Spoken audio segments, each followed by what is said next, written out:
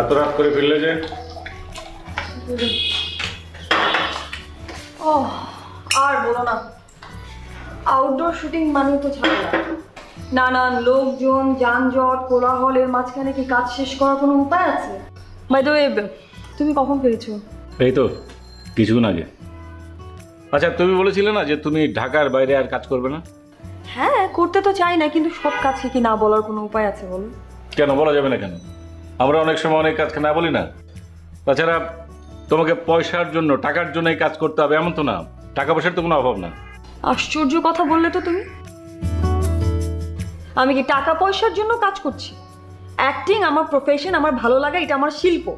কিন্তু এইসব আমার ভালো লাগে না, আমার লাগে না।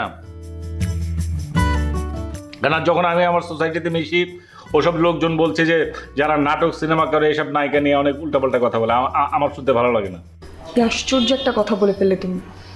তুমি তো আমার অভিনয় দেখেই আমাকে পছন্দ করেছিলে, আমাকে প্রপোজাল দিয়েছিলে, আমাকে বিয়ে করেছো। আজকে আমার পরিচয় দিতে সোসাইটিতে তোমার বাধে?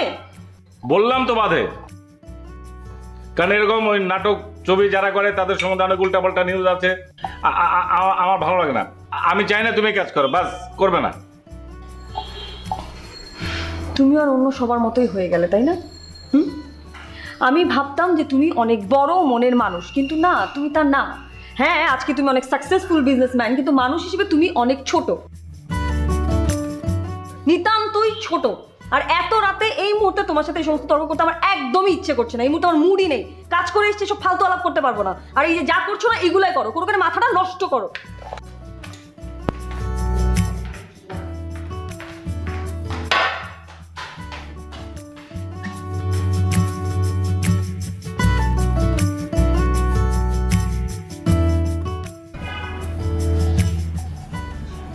স্যার আসবো?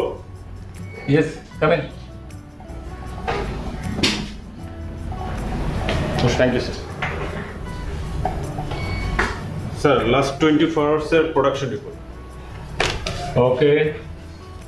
আচ্ছা, আপনি একটা কাজ করবেন, ইমপ্রুভ করতে যে কোয়ালিটি যেন নষ্ট না হয়, ঠিক আছে? এটা খেয়াল করবেন। Obviously sir. আচ্ছা শোনুন, আমাকে এখন একটু নারায়ণগঞ্জে ফ্যাক্টরিতে যেতে হবে। আর কি যেন ঝামেলা ছিল আপনাদের? সেটা সলভ হয়ে গেছে। কানাডার এলসির একটা অ্যামেন্ডমেন্ট ছিল, কমার্শিয়াল ম্যানেজার সেটা ঠিক করে নিয়ে এসেছে।